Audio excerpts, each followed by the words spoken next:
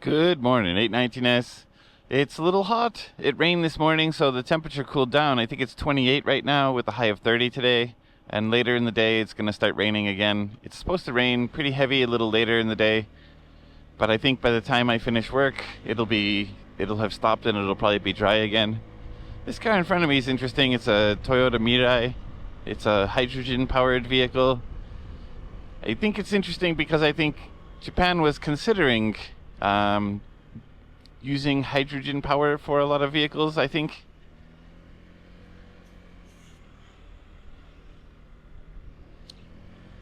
I'm not sure what the current status is, but I think that hydrogen power, there were hydrogen fueling stations being built all around Tokyo and Yokohama. When I went for bike rides in the past, I often saw construction of hydrogen fueling stations. And it seems like that has kind of slowed down or kind of reversed course. I don't know what the future will be, but I think that Japan is exploring a lot of alternative options to ICE or internal combustion engines.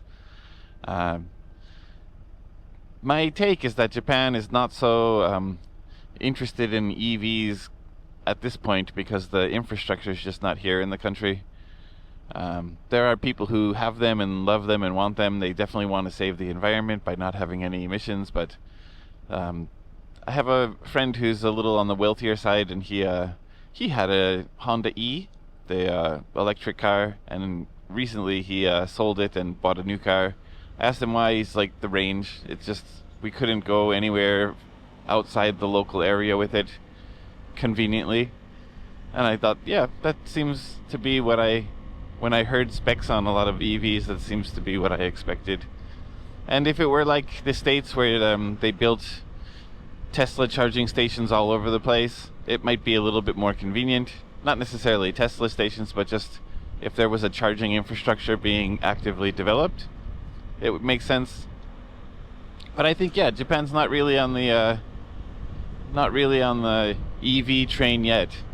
And Toyota had that, what is it, 1690, I think is what it was, idea where the resources it takes to make one EV, you can build 6 plug-in electric hybrids or 60 hybrid vehicles, something like that. I don't remember the exact ratio, but yeah, I think the efficient use of resources makes it more feasible and reasonable to not make full EVs at this point until the technology is kind of perfected. For lack of a better word. It'll never be perfect, right? And Kawasaki does have a hybrid motorcycle, Kawasaki Ninja Hybrid, which I'm interested in riding. I would love to have a chance to ride one of these days, but I've talked about it with some friends, and after my experience driving hybrid cars, I don't think I would like the feel of a hybrid motorcycle. When I went to driving school, I had to go to a driving school to finalize my driver's license last year. And the last driving situation they had me in was with a Prius, and I just truly hated it. I got in the car and the engine was running. The driving instructor was like, all right, put it in drive and pull forward to the stop sign, then wait, and I'll tell you what to do next. So I, I got in, I put my seatbelt on, I adjusted my mirrors, got all ready to drive. He's like, all right, pull forward when you're ready. Okay, I'm ready. I threw it in drive, and I released the brake pedal to pull forward, and the engine stopped.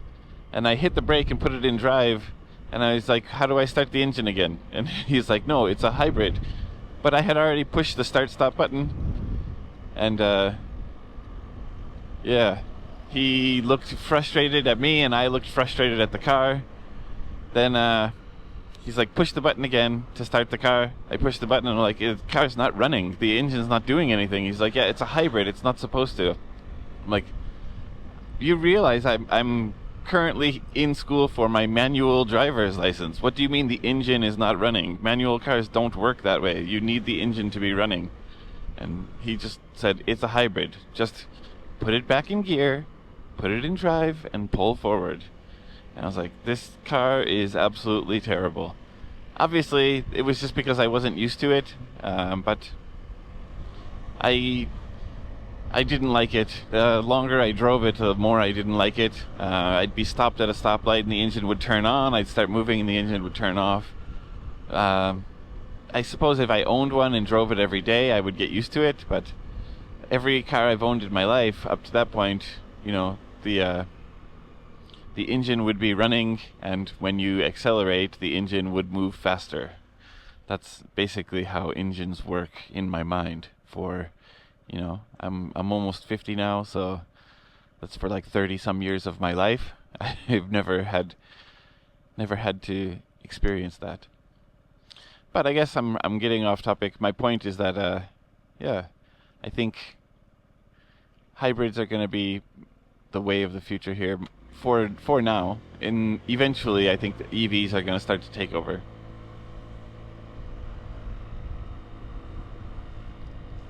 Have you driven a hybrid? What did you think of it? Are you interested in trying to drive a hybrid motorcycle? Let me know what you think down in the comments below. Thank you guys so much for watching. I'll see you in the next one. Get out there and ride. Definitely ride safe.